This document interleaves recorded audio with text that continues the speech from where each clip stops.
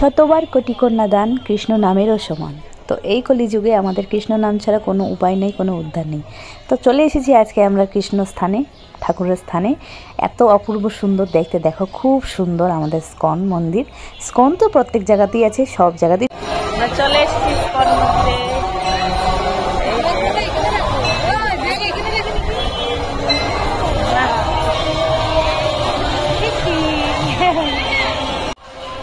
তো সবাই মিলে একবার বলো হরে কৃষ্ণ কৃষ্ণ কৃষ্ণ হরে হরে, হরে রাম রাম রাম হরে হরে।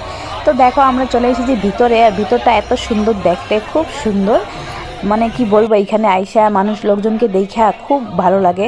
আর আমাদের ভাগ্যটা কতটুকু ভালো দেখো, ভিতরে ঢুকতেই আমরা আরতি পেয়ে গেলাম, আরতি নিলাম আমরা সবাই মিলে। মানে দেখো এইখানে একজন মা তার ছেলে তার মাকে টেনে টেনে নিচ্ছে। মানে ঠাকুরের স্থানে সবাই আসতে চায়, আর ঠাকুরের স্থানে আসলে সবার মন দুর্বল থাকলেও সে একটা শক্তিশালী হয়ে যায়, মানে মনের মধ্যে একটা এনার্জি চলে আসে।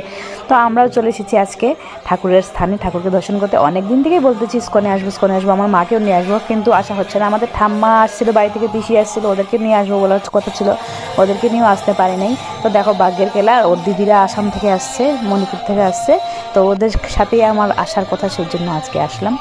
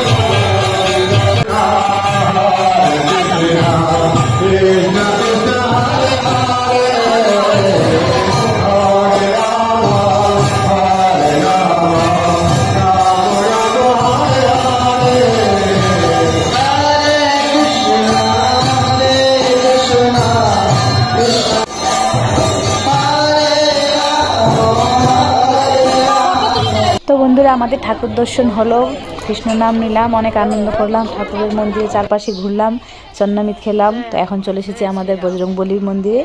জয় শ্রীরাম। তো দেখো সব ঠাকুরই আছেন এখানে। আমাদের শিলিগুড়ি মন্দিরে তোমরা দেখতে পেয়েছো, কি সুন্দর, খুব সুন্দর। কৃষ্ণ কৃষ্ণ বল ময়না, রাধা রাধা বল, কৃষ্ণ নাম, কৃষ্ণ কৃষ্ণ বল ময়না, রাধা রাধা বল, কৃষ্ণ নাম। হরি বল। তো খুব খুশি হলাম, খুব আনন্দ পেলাম আজকে আমাদের ইস্কন মন্দিরে এসে, শিলিগুড়ি ইস্কন মন্দিরে এসে সবাইকে নিয়ে, মণিপুরের আসামের সবাই, আমিও শিলচরে। খুব আনন্দ, খুব সুন্দর। ভিতরে যাই আমার ভিতর বুক ফাইটে গেছে একদম, ঠাকুরের সামনে চোখের জল টপ হয়ে বলতেছে, কেন জানি না, মানে মুখটা ভিতরটা মানে কি বলবো, ইমোশনাল, মানে কি বলবো, খুব সুন্দর, বলার মনে কিচ্ছু নাই, অসাধারণ। কিছু বলো, কেমন লাগলো আমাদের ইস্কন মন্দির? খুব সুন্দর, খুব সুন্দর, খুব ভালো। মনের মধ্যে শান্তি লাগে না, খুব শান্তি লাগে, অ্যাকচুয়ালি খুব ভালো লাগে।